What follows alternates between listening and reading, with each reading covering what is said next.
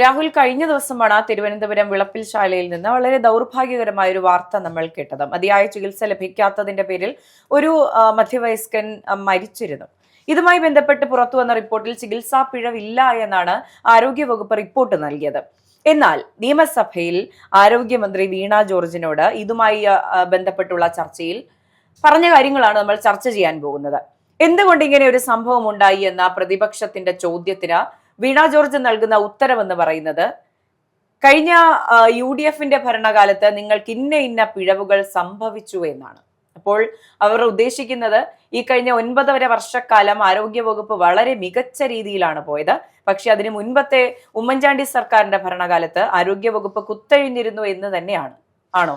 ഇപ്പൊ നടക്കുന്ന ഒരു വിഷയത്തിന്മേലൊരു ചർച്ച ചെയ്യുമ്പോൾ 10 കൊല്ലത്തിന് പുറകിലേക്ക് പോയി അന്ന് അങ്ങനെ നടന്നില്ലേ, അതുകൊണ്ട് ഇന്ന് ഇങ്ങനെ നടന്നത് കൊണ്ട് എന്താണ് തെറ്റ് എന്ന് ചോദിക്കുന്ന രീതിയിലാണ് ഇപ്പോ ആരോഗ്യമന്ത്രി ഇത്തരത്തിലുള്ള ചോദ്യങ്ങൾ ചോദിച്ചിട്ടുള്ളത്.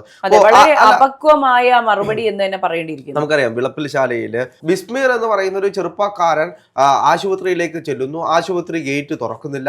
ഗേറ്റ് തുറക്കാതെ അദ്ദേഹത്തിന് ചികിത്സ കിട്ടാതെ അദ്ദേഹം മരിക്കുന്നു എന്നുള്ള വാർത്തയായിരുന്നു കഴിഞ്ഞ ദിവസങ്ങളിൽ നമ്മൾ കണ്ടത്. ആ വാർത്ത അടിയന്തര പ്രമേയമായിട്ട് നിയമസഭയിൽ ചർച്ച ചെയ്യുന്ന സമയത്താണ് ആരോഗ്യമന്ത്രി പറയുന്നത്, ഇത് നിങ്ങൾ ഉമ്മൻചാണ്ടിയുടെ ഭരണകാലത്ത് എടുത്തു വെച്ച് നോക്കൂ, ഉമ്മൻചാണ്ടിയുടെ ഭരണകാലത്ത് 5 പേർക്കാണ് കാഴ്ചശക്തി പോയത് എന്നാണ് പറയുന്നത്. അപ്പോൾ ഒന്നാലോചിച്ച് നോക്കൂ. അതിനുശേഷം വേറൊരു കാര്യം കൂടെ പറയുന്നുണ്ട്. പിന്നീട് നിങ്ങളുടെ സർക്കാർ അവർക്ക് എന്താണ് വേണ്ടുന്നത്, അത്രത്തോളം ധനസഹായങ്ങൾ കൊടുത്തിട്ടില്ല, ഇപ്പോഴും അവർക്കത് കൊടുത്തിട്ടില്ല എന്നാണ് പറയുന്നത്. അപ്പോൾ അതിനകത്ത് എനിക്ക് ആകെ മനസ്സിലാകാത്തൊരു കാര്യം എന്ന് വെച്ച് കഴിഞ്ഞാൽ, ഉമ്മൻചാണ്ടി സർക്കാരിന്റെ കാലത്ത് 5 പേരോ 6 പേരോ കാഴ്ചശക്തി പോയി. ഗുരുതരമായ വീഴ്ച തന്നെയാണ്. അതിന്റെ സീരിയസ്നെസ് ഒട്ടും കുറയ്ക്കാതെ തന്നെയാണ് സംസാരിക്കുന്നത്. 6 പേർക്ക് ആക്സിഡന്റ് പറ്റി.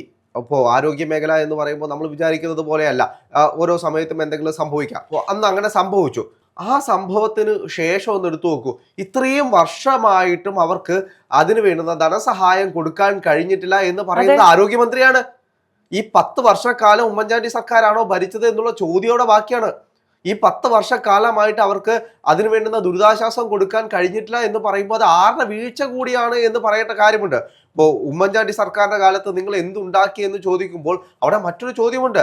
അവിടെ 14 മെഡിക്കൽ കോളേജുകൾക്ക് വേണ്ടിയിട്ട് തറക്കല്ലിട്ട ഒരാളുടെ പേര് ഉമ്മൻചാണ്ടി എന്ന് തന്നെയാണ്. ഇപ്പോൾ ഒരാളുടെ കാലഘട്ടത്തിൽ അങ്ങനെ ഉണ്ടായി എന്ന് കരുതി അത് പിന്നീട് നമ്മൾ ഇല്ലാതാക്കി കൊണ്ടുവരികയാണ് ചെയ്യേണ്ടത്. ഇപ്പോൾ ആരോഗ്യ മേഖലയെ സംബന്ധിച്ച് കഴിഞ്ഞ കുറച്ച് മാസങ്ങളായിട്ട് വരുന്ന വാർത്തകൾ, അല്ലെങ്കിൽ കഴിഞ്ഞ കുറച്ച് വർഷങ്ങളായിട്ട് വരുന്ന വാർത്തകൾ അത്രത്തോളം മോശമായിട്ടുള്ള പല വാർത്തകളുമുണ്ട്. അപ്പോൾ അതുകൊണ്ട് ആരോഗ്യ മേഖല മൊത്തത്തിൽ മോശമായി എന്നല്ല പറയുന്നത്, അവിടെ ഉണ്ടാകുന്ന പാളിച്ചകൾ ചർച്ച ചെയ്യേണ്ടതുണ്ട്. നമ്മുടെ ആരോഗ്യ മേഖലയാണ്. ഇപ്പോൾ നാളെ ഞാനാണെങ്കിലും മറ്റൊരാളാണെങ്കിലും പോകേണ്ട ആരോഗ്യ മേഖലയാണ്. അവിടെ നടക്കുന്ന വിഷയങ്ങൾ നമ്മൾ ചർച്ച ചെയ്ത് നമ്മൾ പരിഹരിക്കേണ്ടതുണ്ട്. ഇല്ലെങ്കിൽ അവിടെ സംഭവിക്കാൻ പോകുന്നത് എന്താണ്? സർക്കാർ മേഖലയിലെ ആശുപത്രികൾ മൊത്തം പൊള്ളയാണ്, അവിടെ മോശം ആരോഗ്യമാണ്, അവിടെ മോശം ചികിത്സയാണ് നൽകുന്നത് എന്ന് പറഞ്ഞു കഴിഞ്ഞാൽ ഇവിടെ ഇപ്പുറത്തെ മറ്റൊരു വശമുണ്ട്. അതിന്റെ കോടികൾ ലാഭം കൊയ്യാൻ വേണ്ടിയിട്ട് നിൽക്കുന്ന കോർപ്പറേറ്റ് കമ്പനികൾ അവിടെ നിൽക്കുകയാണ്, കോർപ്പറേറ്റ് ഹോസ്പിറ്റലുകൾ അവിടെ നിൽക്കുകയാണ്. ഈ ആരോഗ്യ മേഖല മോശമാണ് എന്ന് ചിത്രീകരിക്കുകയല്ല നമ്മൾ ചെയ്യേണ്ടത്. അടുത്തിടയ്ക്ക് വരുന്ന ഇത്തരത്തിലുള്ള വാർത്തകൾ അത് നമ്മൾ അഡ്രസ് ചെയ്യണം. തിരുവനന്തപുരം മെഡിക്കൽ കോളേജിൽ ഹാരിസ് എന്ന് പറയുന്ന ഡോക്ടർ, അദ്ദേഹം പറഞ്ഞിട്ടുള്ള കുറച്ച് കാര്യങ്ങൾ അതായിരുന്നു പിന്നീട് വലിയ രീതിയിലുള്ള വിവാദങ്ങളായത്. ഒരു ഡോക്ടറുടെ തുറന്നു പറച്ചിൽ, അദ്ദേഹം അനുഭവിച്ച വിഷമങ്ങളാണ് അദ്ദേഹം പറഞ്ഞത്. എന്നിട്ട് അദ്ദേഹത്തിനെ കള്ളനാക്കാൻ നോക്കുന്ന രീതിയിലുള്ള മറ്റുള്ള വാർത്തകൾ നമ്മൾ പിന്നീട് കണ്ടു.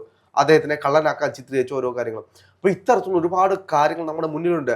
ഒരു മെഡിക്കൽ കോളേജ് ഇടിഞ്ഞു വീഴുന്ന ഒരവസ്ഥ.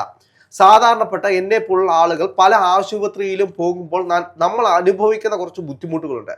ആ ബുദ്ധിമുട്ടുകൾ ആരോടാണ് തുറന്നു പറയേണ്ടത്? അത് തുറന്നു പറഞ്ഞു കഴിഞ്ഞാൽ പണ്ട് ഉമ്മൻചാണ്ടിയുടെ കാലത്ത് അങ്ങനെ ആയിരുന്നില്ലേ എന്ന് ചോദിക്കുന്നതിൽ എന്ത് യുക്തിയാണുള്ളത്? ഇതിൽ സുപ്രധാനമായ ഒരു കാര്യം എന്ന് പറയുന്നത്, മുഖ്യമന്ത്രി പിണറായി വിജയൻ കഴിഞ്ഞ ദിവസങ്ങളിൽ കൃത്യമായി മന്ത്രിമാർക്കും MLA-മാർക്കും നിർദ്ദേശം നൽകിയിട്ടുണ്ട്. നിർദ്ദേശം എന്ന് പറയുന്നത്, നിങ്ങൾ നിങ്ങളുടെ മണ്ഡലങ്ങളിൽ പോയി കൃത്യമായി കഴിഞ്ഞ 9 വർഷം നമ്മൾ എന്ത് ചെയ്തു എന്നതിനെ പറ്റിയുള്ള ക്ലാസുകൾ കൃത്യമായി എടുക്കണമെന്നുള്ള നിർദ്ദേശം നൽകിയിട്ടുണ്ട്. അതിനൊപ്പം തന്നെ ഈ 10 വർഷം 9.5 വർഷക്കാലങ്ങൾക്ക് മുൻപ് ഉമ്മൻചാണ്ടി സർക്കാർ ഉണ്ടായിരുന്ന കാലത്ത് കേരളത്തിൽ എന്തില്ലായിരുന്നു എന്നതിനെ പറ്റി നിങ്ങൾ പ്രീച്ച് ചെയ്യണമെന്ന് പറഞ്ഞു വിട്ടൊരു മുഖ്യമന്ത്രിയാണ് നമുക്കുള്ളത്. അപ്പോൾ ഇത്തരം കാര്യങ്ങൾ വീണ ജോർജ് പറയുമ്പോൾ അതിലൊരു അതിശയമില്ല എന്നുള്ളതാണ്. അന്ന് അവിടെ ഇല്ലായിരുന്നു. ഈ പറയുന്ന പ്രസംഗത്തിൽ, ഈ പറയുന്ന സംഭാഷണത്തിൽ മന്ത്രി വീണ ജോർജ് പറഞ്ഞ ഒരു ശകലം എനിക്ക് ഭയങ്കര ബുദ്ധിമുട്ടായിട്ട് തോന്നിയിട്ടുള്ളൊരു സംഭവമുണ്ട്. വയറ്റിൽ കത്രിക തുടങ്ങിയ ഹർഷിനയുടെ വിഷയത്തിൽ മന്ത്രി പ്രതികരിക്കുകയുണ്ടായി. കത്രിക അകത്തു വെച്ചത് 2017-ലാണോ 2014-ലാണോ എന്ന് കണ്ടെത്താൻ കഴിഞ്ഞിട്ടില്ല. ഹർഷീന പറയുന്നത് 2017 എന്നാണ്. അത് വിശ്വാസത്തിലെടുത്ത് 2 ലക്ഷം രൂപ ധനസഹായം നൽകി എന്നാണ് അവർ പറയുന്നത്. ഒന്ന് ആലോചിച്ച് നോക്കൂ, ഈ 2017 എന്ന് പറയുന്നത് വിശ്വാസത്തിൽ എടുത്തത് കൊണ്ട് ധനസഹായം നൽകി. വിശ്വാസത്തിൽ എടുത്തില്ലായിരുന്നെങ്കിൽ എന്തു ചെയ്യുമായിരുന്നു? സഹായം കൊടുക്കത്തില്ല. ഒന്നാലോചിച്ച്, ഇപ്പൊ മാറി മാറി വരുന്ന സർക്കാരുകൾ ചെയ്യുന്ന അങ്ങോട്ടും ഇങ്ങോട്ടും പ്രതികാര നടപടിയായി ചെയ്യുന്ന കാര്യങ്ങൾ പൊതുജനം സഹിക്കണമെന്നാണോ ഇവർ പറയുന്നത്? അല്ല, ഒന്ന് ആലോചിച്ചു. അത് ആരോഗ്യ മേഖലയിൽ ഉണ്ടായിട്ടുള്ള വീഴ്ചയാണ്. അത് നമ്മൾ അഡ്രസ് ചെയ്യാതെ പോരുത്. ഒരാളെ ശസ്ത്രക്രിയ ചെയ്തതിനു ശേഷം അതിനകത്ത് കത്രിക വെച്ചിട്ട് തുന്നി കെട്ടി വിട്ടു. എന്നിട്ട് അത് എന്റെ വയറ്റിൽ കത്രയുണ്ടേ എന്ന് പറഞ്ഞ് അവർ നടക്കേണ്ട ഒരു അവസ്ഥ, അവരുടെ ബുദ്ധിമുട്ട് സർക്കാരിനെ ബോധിപ്പിക്കേണ്ട അവസ്ഥ. അത് 2 കൊല്ലം 3 കൊല്ലം കൊണ്ടു നടന്നതിന് ഇന്ന് 2 ലക്ഷം രൂപ എന്ന് പറഞ്ഞ് കൊടുക്കുന്നതിന് അതിന് വരെ കണക്കാണ്. ഇത് ഉമ്മൻചാണ്ടിയുടെ കാലത്താണ് ഈ കത്രിക അവരുടെ വയറ്റിൽ കുത്തിക്കയറ്റി വെച്ചത് എന്നാണ് അവർ പറയാൻ ഉദ്ദേശിക്കുന്നത്. നമ്മളൊക്കെ സംശയിച്ചു പോകണം. 27-ാം വയസ്സിൽ ആശുപത്രി പോകുമ്പോൾ 27 വർഷം മുമ്പ് മറ്റേ സർക്കാരിന്റെ കാലത്തല്ലേ നീ ജനിച്ചതെന്ന് ചോദിക്കുന്ന ഒരു സമയത്തേക്ക് ഇത് എത്തിയാലോ? നമ്മളൊക്കെ ഇതൊക്കെ സംശയിക്കേണ്ടിയിരിക്കുന്നു. അല്ല, ഇത്തരത്തിലുള്ള വിഷയങ്ങൾ നമ്മൾ അഡ്രസ് ചെയ്യപ്പെടണം. ഇപ്പോ ആരോഗ്യ മേഖലയുമായി ബന്ധപ്പെട്ട് ഇത്തരത്തിൽ മെഷീനുകൾ ഇല്ലാത്ത അവസ്ഥ, അതെ, മെഡിക്കൽ കോളേജിൽ പോകാൻ കഴിയാത്തൊരു അവസ്ഥ, സ്റ്റാഫ് ഇല്ലാത്ത അവസ്ഥ. നമ്മളെല്ലാം രാത്രി കാലങ്ങളിൽ എന്തെങ്കിലും അത്യാവശ്യമായി പനിയായോ എന്തെങ്കിലും ആക്സിഡന്റ് കേസായോ ഹോസ്പിറ്റലിൽ പോയാൽ എത്ര നഴ്സുമാരുണ്ടാകും, എത്ര ഡോക്ടർമാരുണ്ടാകും? ഈ ഡ്യൂട്ടി ഡോക്ടർമാർ എന്ന പേരിൽ ജൂനിയർ ഡോക്ടർമാരെ നിയമിക്കുമ്പോൾ എത്ര ജീവനുകൾ അവിടെ പൊലിയുന്നുണ്ടാവും. ആദ്യത്തെ ഈ അസുഖം വന്ന അല്ലെങ്കിൽ വയ്യാതായി ഹോസ്പിറ്റലിൽ പോയി ആദ്യത്തെ മണിക്കൂറുകൾ വളരെ നിർണായകമാണ്. ആ മണിക്കൂറുകൾ കൃത്യമായി ചികിത്സ ലഭിക്കുന്നില്ല. നിങ്ങൾ ചെയ്യേണ്ട കാര്യങ്ങൾ കൃത്യമായി ചെയ്യുന്നില്ല. ഇതുപോലെ എന്തെങ്കിലും കുറവുകൾ ഉണ്ടെന്ന് പറയുന്ന ഡോക്ടർമാർക്കെതിരെ നടപടി എടുക്കുന്നു. അത് പ്രതികാര നടപടിയിലേക്ക് പോകുന്നു. ഇത്തരം കാര്യങ്ങളിൽ കോൺസെൻട്രേറ്റ് ചെയ്യാതെ ജനത്തിന് എന്താണോ വേണ്ടത്, നിങ്ങൾ മുൻപത്തെ സർക്കാരിന്റെ കാര്യങ്ങൾ കണക്കിലെടുക്കാതെ ഇനി വരുന്ന സർക്കാർ വേണമെങ്കിൽ ചെയ്തോട്ടെ എന്ന് വിചാരിക്കാതെ ഇതെല്ലാം കൃത്യമായി നടത്തിയിരുന്നെങ്കിൽ ഈ ആരോഗ്യ മേഖലയെ കുറ്റം പറയേണ്ട, നമ്മളിരുന്ന് ചർച്ച ചെയ്യേണ്ട ഒരു സാഹചര്യം ഉണ്ടാവില്ലായിരുന്നു. കപ്പൽ ആടി ഉലയുകയില്ല എന്ന് പറഞ്ഞതിന് ശേഷം, ഉലഞ്ഞതിന് ശേഷം, അത് ഉമ്മൻചാണ്ടി സർക്കാരിന്റെ കാലത്താണ് ഉലഞ്ഞത്. അതിന്റെ അലയൊലികളാണ് ഇപ്പൊ കേട്ടുകൊണ്ടിരിക്കുന്നത് എന്ന് പറഞ്ഞു. വികസനം വരുന്നുണ്ട്, ആരോഗ്യ മേഖലയിൽ വികസിച്ചു എന്ന് പറയുമ്പോൾ നമ്മൾ ഈ വിഷയങ്ങൾ അഡ്രസ് ചെയ്യുമ്പോൾ അത് ഉമ്മൻചാണ്ടി സർക്കാരിന്റെ കാലത്ത് അങ്ങനെ ആയിരുന്നില്ലല്ലോ എന്ന് പറയുന്നത് പോലെയാണ്. ഇന്ന് കേരളത്തില് പല വിഷയങ്ങളും നമ്മൾ എടുത്തു നോക്കിക്കഴിഞ്ഞാൽ പല വികസനങ്ങളും വന്നിട്ടുണ്ട്. അപ്പോൾ ഈ വികസനങ്ങൾ ഓരോ കാലഘട്ടത്തിനനുസരിച്ചുള്ള വികസനങ്ങൾ കൊണ്ടുവരുന്നത്. ഓരോ പ്രശ്നങ്ങൾ ഉണ്ടാകുമ്പോഴാണ്. ഇപ്പോൾ കഴിഞ്ഞ ദിവസം ആ രോഗി ചികിത്സ കിട്ടാതെ മരിക്കുന്നു. അപ്പോൾ അത് അഡ്രസ് ചെയ്യപ്പെടുക, ആ ആശുപത്രിയിലേക്ക് കൂടുതൽ വേണ്ടുന്ന സജ്ജീകരണങ്ങൾ കൊടുക്കുക.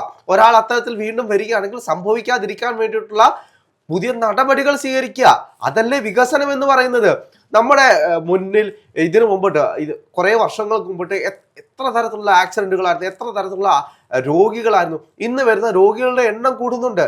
നമ്മളത് എല്ലാം മനസ്സിലാക്കേണ്ടതുണ്ട്. രോഗികളുടെ എണ്ണം കൂടുന്നുണ്ട്, മരുന്ന് കിട്ടാനില്ലാത്ത അവസ്ഥ വരുന്നുണ്ട്.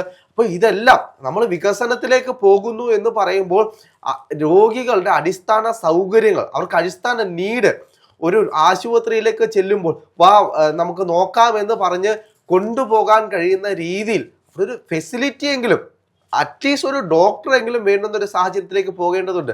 ഇന്ന് പല ആശുപത്രിയിലും ഡോക്ടറില്ല, മെഡിക്കൽ കോളേജിൽ പോലും ഡോക്ടർ ഇല്ലാത്തൊരവസ്ഥ ഒന്ന് ആലോചിച്ച് നോക്കൂ.